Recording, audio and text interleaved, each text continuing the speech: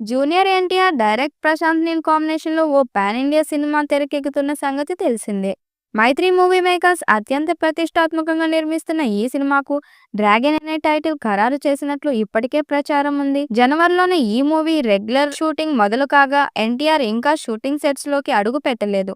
ఇక ఈ నెలలోనే ఎన్టీఆర్ షూటింగ్‌లో అడుగు పెడతాడని సమాచారం. ఈ క్రమంలోనే movie first look title update load అవుతుందనే ఒక క్రేజీ వార్త సినిమా ఫిల్మ్ వర్గాల్లో వినిపిస్తుంది.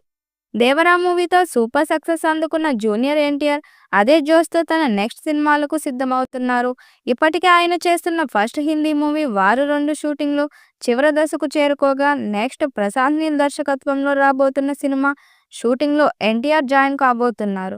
ఈ నేపథ్యంలోనే మూవీకి సంబంధించిన అప్డేట్ గురించి ఆయన అభిమానులకు ఈగర్‌గా వెయిట్ చేస్తున్నారు.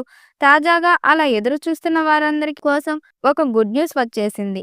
ఈ మూవీ అసిస్టెంట్ డైరెక్టర్ ఒకరు ఇచ్చిన సమాచారం ప్రకారం జూనియర్ ఎన్టీఆర్, నీల్ మూవీకి సంబంధించిన టైటిల్, ఫస్ట్ లుక్ రిలీజ్‌కు ఇప్పటికే మేకర్స్ ముహూర్తం ఖరారు చేశారు.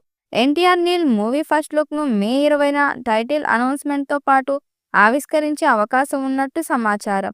దీనిపై ఇంకా మేకర్స్ నుంచి అఫీషియల్ అనౌన్స్‌మెంట్ రావాల్సి ఉంది. ప్రస్తుతం జపాన్‌లో 'దేవరా' సందడి కొనసాగుతుంది.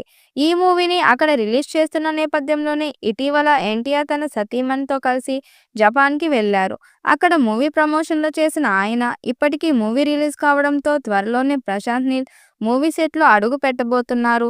ఈ మూవీకి సంబంధించిన నెక్స్ట్ షెడ్యూల్ త్వరలోనే స్టార్ట్ కాబోతుందని, ఏప్రిల్ మధ్యలో యంగ్ టైగర్‌పై కొన్ని ముఖ్యమైన సన్నివేశాలను చిత్రీకరించబోతున్నట్టు ఫిల్మ్ వర్గాలు టాక్.